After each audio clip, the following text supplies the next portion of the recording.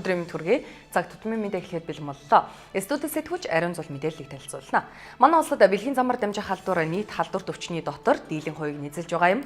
Мөн бэлгийн замаар дамжих халдвар сүүлийн 5 жил тасралтгүй нэмэгдэж өнгөрсөн 2017 оны байдлаар зохилон тохиолдох бэлгийн замаар дамжих халдварын 6902 тохиолдолд бүртгэгдсэн нь нийт халдвар төвчний 25.7% эзэлжээ. Харин өвчлөлийн 25.6%-ийг Заггүтэн, 45% Тэмбүү, 29%-ийг Тэрхэмнаац тус эзэлж байна.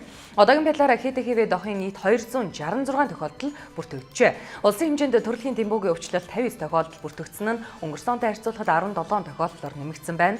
Үүнээс нийслэл хотод нийт 41 тохиолдол бүртгэгджээ.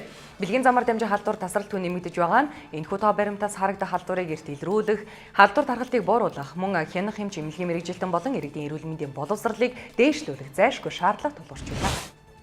Хүүхдийн хорих гих тодтолтой шүүхэн шийдвэр гүйцэтгэх ерөнхий газрын харьяас сургалт хүмүүсийн тусгай байгууллагад хүмүүжиж байсан өсвөр насны 20 хүүхдийг хугацаанаас өмнө тэнцэн судаллаа. Баянзарх дүүргийн эрүүгийн хэргийн анхан шатны шүүхэн ерөнхий шүүхт Одон туулын даргалсан хуралдааны шийдвэрээр эдгээр хүүхдүүдийг судалсан юм байна.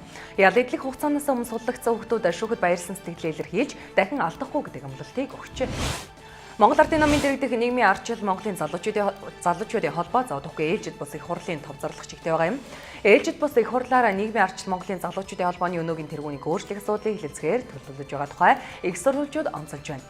За эдүгээ нийслэлийн нийгмийн ардчил Монголын залуучуудын холбоог улсын хурлын гишүүн Тэмүүлэн удирдах байгаа. За их баригч нам дотоодын эрдэнэ төлөвлөр тойрсон таагүй асуудал үүдэж Тэмүүлэн чөлөөлөхөр ярилцаж байгаа. За түүний оронд сангийн дэд сайд булган туяг томилох тохироо хийгдсэн гэгдэж яригдаж байгаа юм а. Өнгөрсөн онд Монгол-Туркийн хамтарсан Улаанбаатар Эмпати сургуулийн захирал бүгд найрамдах Турк улсын иргэн Вэйсэл Акче Монгол улсад цагаачлах хүсэлт гаргасан байна. За албаны их сурвалжийн мэдээлснээр манай улс Монгол улсын иргэн болох Вэйсэл Акчийн хүсэлтийг хүлээж авахаас татгалзжээ. Мөн энэ оны 3 дугаар сард Вэйсэл Акче манай улсаас улс төрийн орогнол хөссөн ч манай улсаас боломжгүй хэмээн үзэж түүний хүсэлтээс дахин татгалзсан талаар их сурвалж мэдээллээ.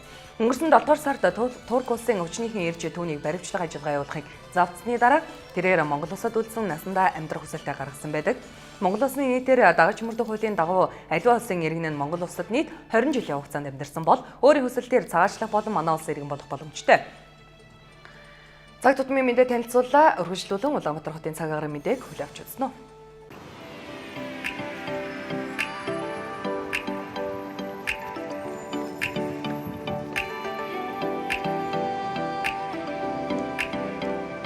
Цаг агаарын мэдээтэй хамтран ажиллагч Төрийн банк.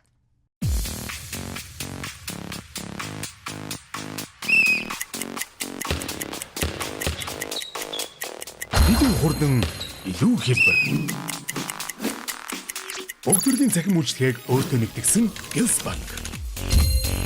Таны гарт таны банк. Сар бүр Төрийн банкны Гэлс банк үйлчлэгээр 2 гүйлгээ хийгээд iPhone 8 утасны эзэн болоорой. Төрийн банк. Эрсдэлгүй Эдвин Баталгаа.